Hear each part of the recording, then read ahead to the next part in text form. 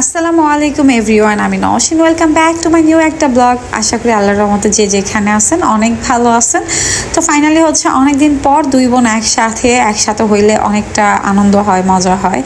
তো যাই হোক, ও আমাকে নিয়ে সবসময় অনেক বেশি টেনশন করে, অনেক মানসিক সাপোর্ট দেয়।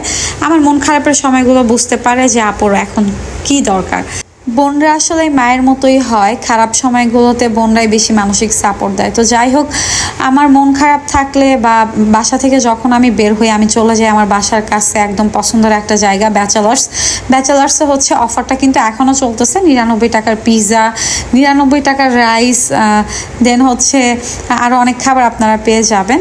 তো আমি আসলে ব্যাচেলার্সে যাই কারণ আমার পিৎজাটা অনেক ভালো লাগে আর খাবার রিজনেবল প্রাইসের মধ্যে অনেকটা ভালো মানের খাবার পাওয়া যায়।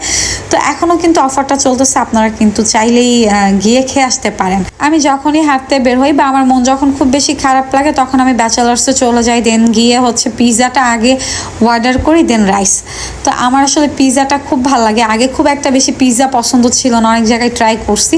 ব্যাচেলার্সে গিয়ে দেখি যে 99 টাকায় এত ভালো মানের পিৎজা পাওয়া যায়, আর মানে খাবারের দামটা রিজনেবল প্রাইস। কোথাও মনে হয় না 99 টাকায় এত ভালো পিৎজা আপনাকে দিবে। তো আপনারা চাইলে কিন্তু চলে আসতে পারেন। আর আমি এদিকে খাচ্ছি আর ওইদিকে আমার ছোটো বোনও খাচ্ছিল আলাদা টেবিলে। আমি ভিডিও মেক করতেছিলাম আর ও হাসতেছিল যে আপু আমার ভিডিও নিও না, খাবারটা সুন্দরভাবে খেতে পারি না। আসলে যখন আমরা খাবার খেতে যাই অনেকের খাবারই কিন্তু খেতে গেলে দেখতে ভালো লাগে না। আর আমি একাই পিৎজা অর্ধেকটা খেয়ে ফেলছি, তারপর ট্রাই করব হচ্ছে রাইস। এটা দেখেন 99 টাকার মধ্যে হচ্ছে অনেকটা রাইস আর খাবারের মান অনেক ভালো। আমি যেহেতু বারবার ওখানে যাই এই জন্য আপনাদেরকে বলি যে আপনারা ওখানে গিয়ে একবার হলো খাবারটা ট্রাই করবেন। আর আমার মতো মনে হয় স্টুডেন্টদের জন্য হচ্ছে সব থেকে পারফেক্ট, কম দামের একদম ভালো মানের খাবার। আর ফ্যামিলি পার্সন মানুষজন অনেকেই আসে, মানে জায়গাটা অনেক ভিড় থাকে। তো আমার খাওয়া দাওয়া শেষ, আমি একটা মোজো নিয়ে নিছি। আর মোজোতে কিন্তু হচ্ছে 1 টাকা ফিলিস্তিনিদেরকে দেওয়া হয় মোজো কোম্পানি থেকে। কিন্তু আমরা অনেকেই ভাবি যে মোজো কিনে খেলেই হয়তো বা 1 টাকা ফিলিস্তিনিতে জমা হয়ে যাবে, তা কিন্তু না। আমিও আগে এটা ভাবতাম, কিন্তু মোজোর বোতলে একটা স্ক্যান আছে, স্ক্যান করলেই হচ্ছে 1 টাকাটা জমা হয়ে যায়। তো আপনারা যারা মোজো খান অবশ্যই মোজো খাওয়ার পরে আপনাদের ফোন থেকে স্ক্যান করে দিবেন, দেন 1 টাকা কিন্তু জমা হয়ে যাবে। আর এই 1 টাকা করে জমা হলে আমরা যদি 1 কোটি মানুষ 1 টাকা করে দিই, অনেকগুলো টাকা, একটু হলেও তাদের হেল্প হবে, তাই না? তো আমি আর কি মোজো খাচ্ছিলাম। আমি অনেক মোজো কিনে খাইছি, বাট জানতাম না যে স্ক্যান করতে হয়। তো তারপর থেকে যখন জানতে পারলাম, এখন স্ক্যান করে আসলে 1 টাকা করে জমা দিয়ে দিই। তো যাই হোক, এই ছিল সুন্দর একটা মুহূর্ত, দুই বোনের একসাথে ঘোরাঘুরি, খাওয়া দাওয়া, এইভাবেই কন্টিনিউ ভালো থাকার চেষ্টা।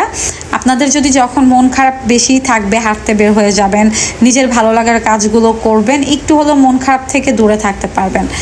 বাস্তবতা অনেক কঠিন, কিন্তু সব কিছু মানিয়ে নিয়ে জীবন আসলে চলতে থাকে জীবনের মতো করে।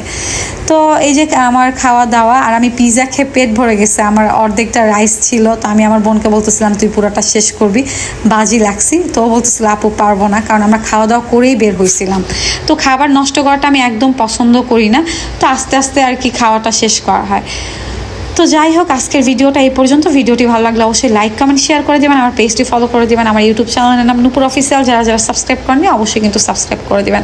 আজকের ভিডিওটা এই পর্যন্ত। সবাই ভালো থাকবেন। আল্লাহ হাফেজ সবাইকে। ইনশাল্লাহ দেখা হবে নেক্সট ভিডিওতে।